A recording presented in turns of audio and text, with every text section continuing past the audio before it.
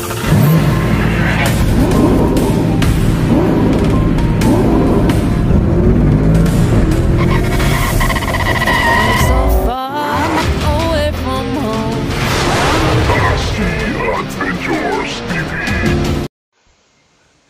tol, isang mapagpalang araw.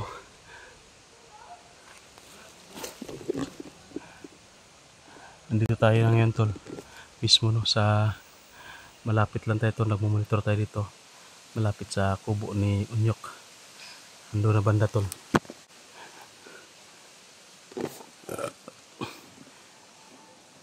Yung kubo ni Unyok tol, nandiyan na. At may mga bandido tol, kung marinig natin. May mga boses ng bandido na nag-uusap. Pero hindi natin masyadong marinig yung pinag-usapan lang kasi medyo nakadistansya tayo ngayon. Kakarating lang natin dito tol. Mariba tayo doon sa banda. Sa baba. Yung banda sa baba. Papunta dito. Marami na akong nasagupa doon tol. Sa daan pa lang. Papunta dito. Marami na tayong nadali. Yung iba hindi na natin na i-video. Gawa ng nagmamadali no. Hindi agad naka-on cam kasi madalian na. So nakarating na tayo dito tol. Sa wakas, yung mission natin ay kunin natin si Unyok kasi kahapon tol, narinig natin na si Unyok ay pinarusahan dahil sa pagkawala no ng mga bihag, pagkatakas ng mga bihag yung na-rescue namin. So siya yung sinisi bakit na katakas yung mga bihag tol. Kaya siya daw yung pinarusahan no? Narinig natin sa usapan ng mga bandido na pinarusahan daw si Unyok. Kailangan natin tol na makausap si Unyok kung ano talaga yung desisyon niya. Baka gusto niyang sumama sa atin ay isama natin para hindi na siya magdusa dito, hindi na siya mahirapan na makisama sa mga bandido kung sakasakali na gusto niya talaga na magbagong buhay at mamuhay ng mapayapa. Pero iwan ko lang no, hanggat hindi natin yan nadadali si Agila, hindi talaga mapayapa yung buhay natin dito kasi babalikan din tayo niyan. Ang importante lang nito tol na maisip din natin si Unyok.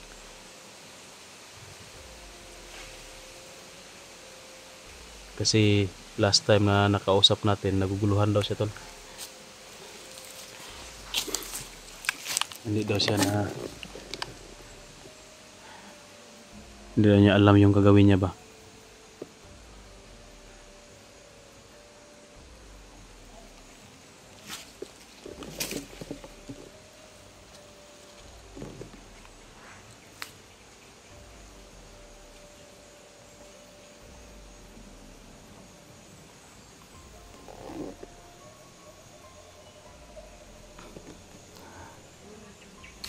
Kailangan natin lumapit konti tol para makapagmasid tayo na mabuti kasi kung dito tayo sa malayo hindi talaga natin masdan.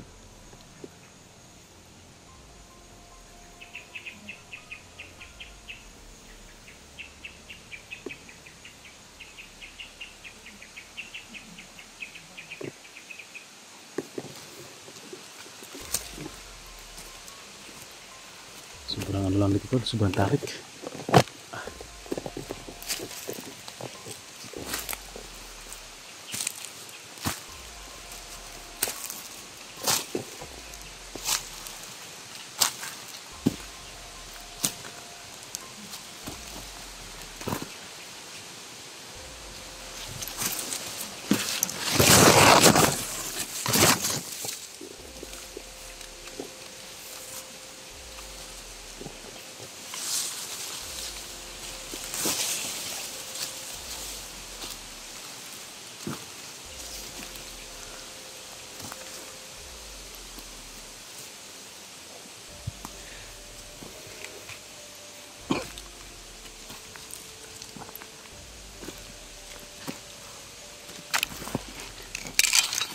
Sobrang dami ng kalaban tol.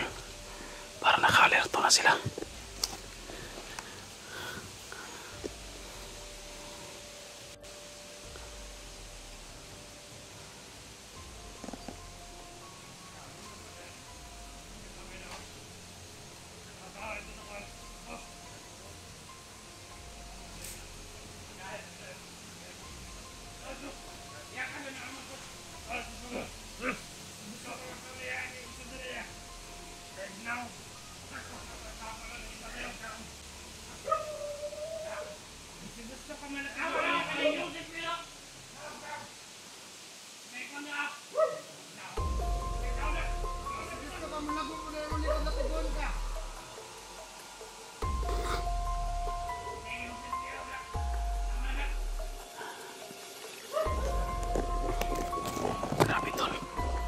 Sobrang dami yung bandido na nakatambay dito sa bahay ni Umar. Dali, unyok. Tol, parang hindi natin pwede nalusubin, tol. Nag-isa lang tayo.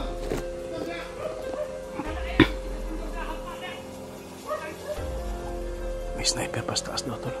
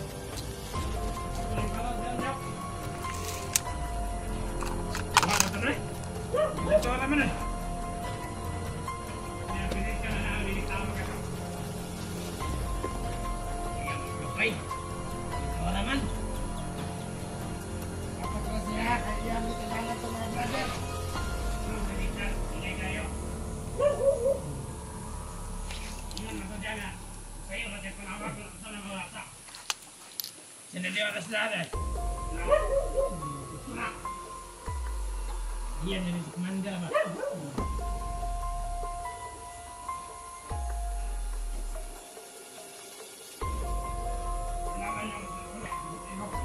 Oh.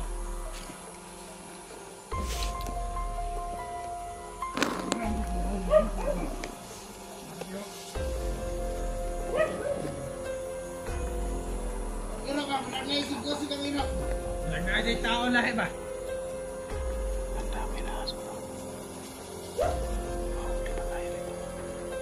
Hindi natin pwede na Ano lusubin. tayo skillet kipsig? Ay tao dire.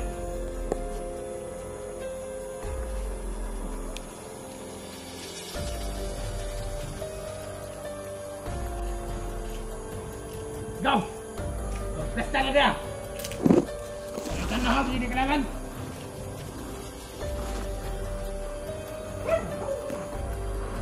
Banda ng taong niya. Muto ang taong niya.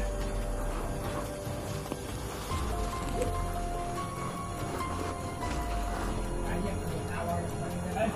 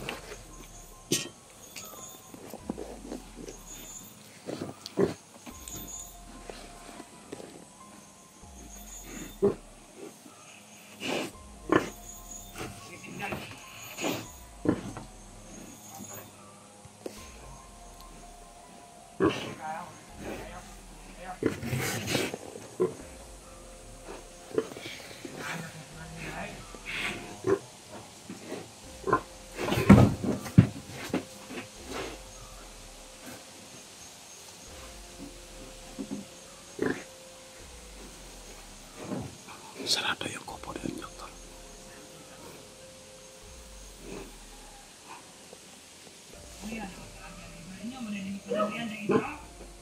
Huwag mo naisip po ni Commander na matigil na pagkayo na iyang anak.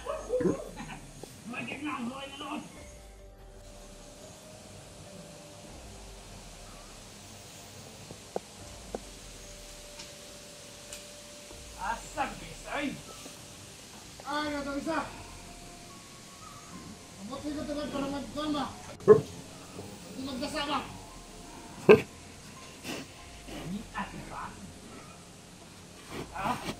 Masalah mo mga! Ito, nagkong kayo doon naman! Lusog ka na, pamatay ko na agad para magkuhan na.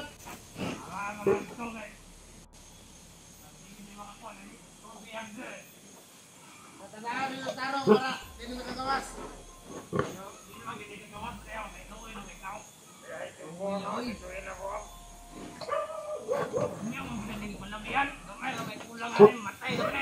Matay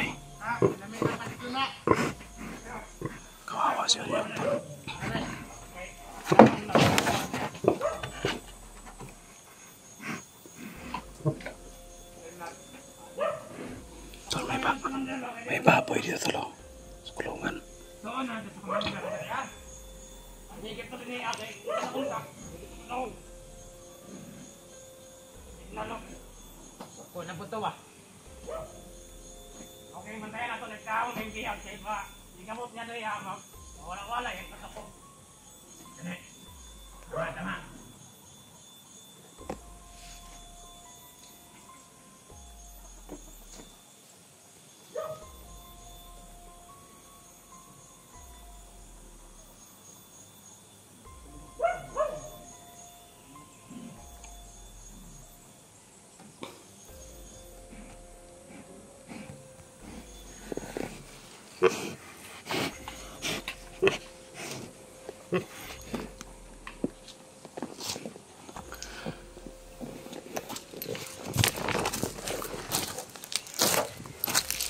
Tas mo na tayo tol.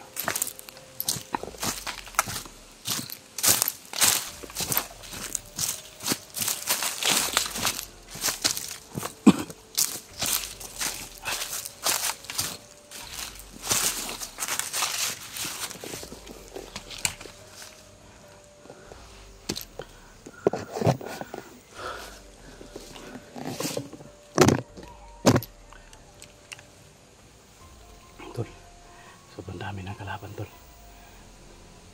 Binibilang ko. May dalawa doon sa unahan. May dalawa dito sa taas. May apat dito sa kubo banda. Nakapalibot tol. At narinig natin tol na si Unyok ay nasa loob daw ng kubo. Parang ano daw, malapit na daw mamatay sabi ng isa. Kasi pinarusahan daw tol. Baka hindi nakakayanin ni Unyok tol yung sitwasyon niya. Siya yung pinarusahan sa ginawa naming pag-rescue sa mag-ina ni Tony. Kasi siya yung nakabantay tol. Siya yung nandoon. Tapos yung mga kasama niya na nasa mga taas na bandido. Or iwan ko kung kasama ba niya o mga nagbabantay lang sa kanya at sa mga sa bihag ay nadali namin. Tapos si Unyok, para siya yung sinisisi tol sa pagkawala ng mag-ina ni Tony. Iwan ko kung bakit yung nagawa tol ni Commander Lingkit sa kanyang anak. Sa kanya ba yan na utos o kay Aguila na utos na bugbuguin si Unyok.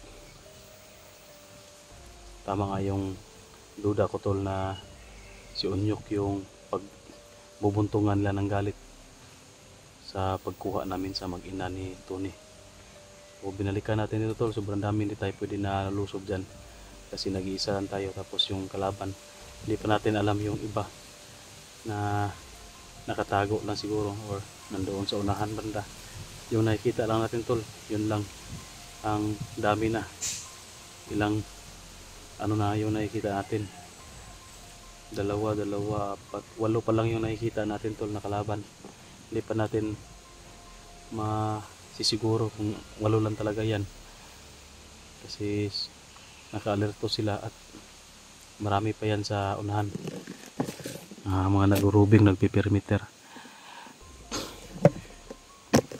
Yan tol, hahanap lang tayo ng pagkakataon dito na makuha natin si Umar ay si Unyok. Makuha natin si Unyok at